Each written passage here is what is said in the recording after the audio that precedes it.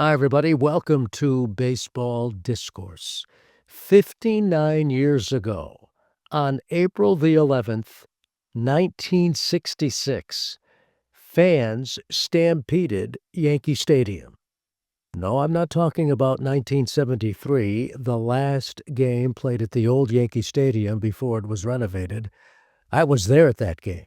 I saw the fans stampede the field. I saw the fans scooping up dirt. I saw the fans removing rows of seats for memorabilia and obviously to sell them.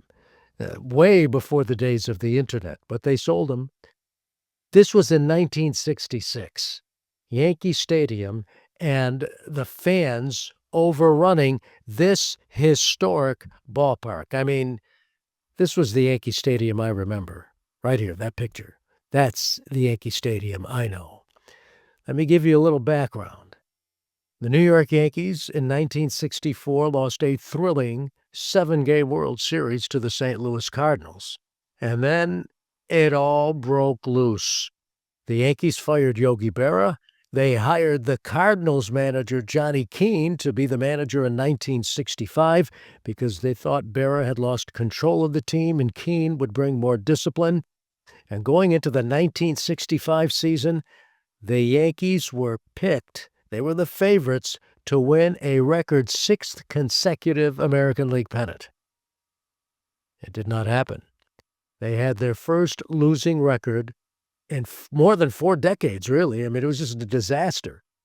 So the Yankees end up having that losing record, and the baseball world is shocked.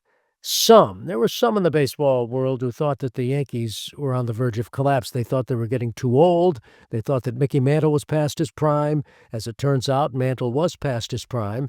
Elston Howard got hurt. Roger Maris got hurt. 65 was a disaster.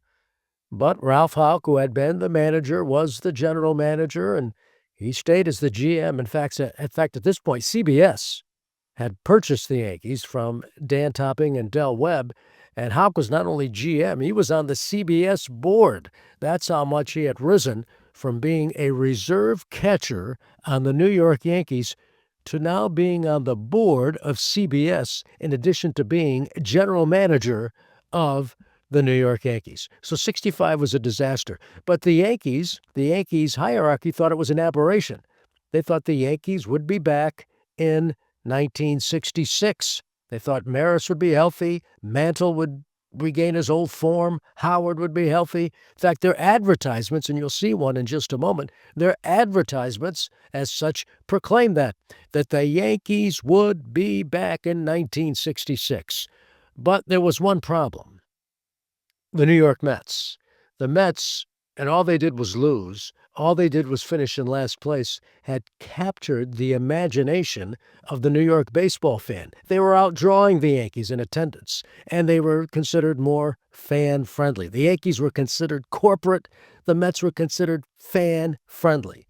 So what happened? The Yankees decided they had to be more fan-friendly. They allowed banners in the stadium. You couldn't bring banners before. At Shea Stadium, there were banners everywhere. Before that, at the Polo Grounds, there were banners everywhere. But no banners were allowed in Yankee Stadium until 1966 came along, and the Yankees thought they had to loosen things up.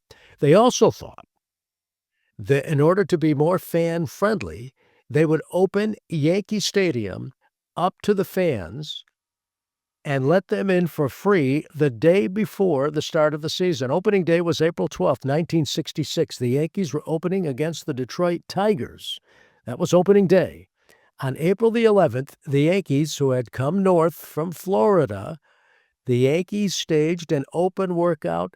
Fans were allowed to come to the stadium for free. And it turned out to be a disaster.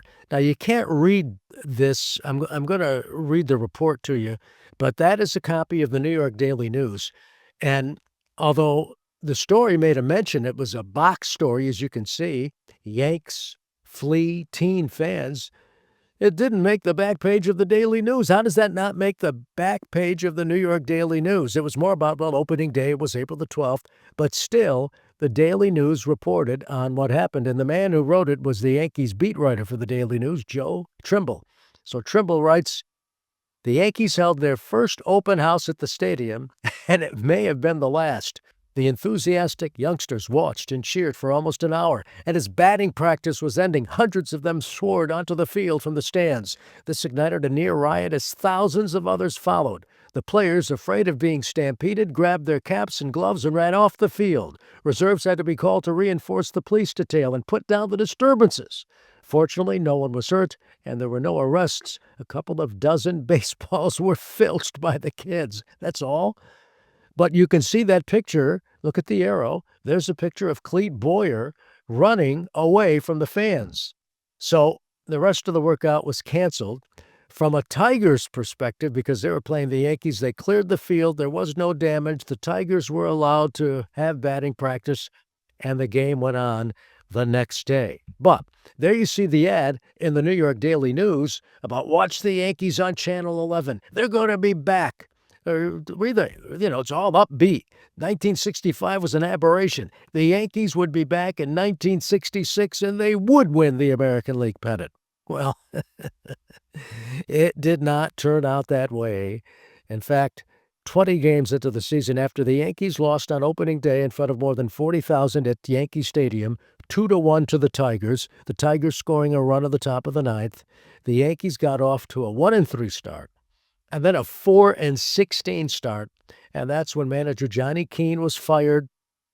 Ralph Houck returned to the dugout as manager, got a big contract. He was no longer the GM. He was no longer on the CBS board. He was back to manage the New York Yankees, and the Yankees finished in last place for the first time since 1912, when they were the New York Highlanders. The Yankees were in last. The glory was over. But Yankee Stadium was stampeded 59 years ago on April the 11th, 1966. That's going to do it for Baseball Discourse. As always, thanks for listening. Thanks for watching. And be sure to subscribe to the channel.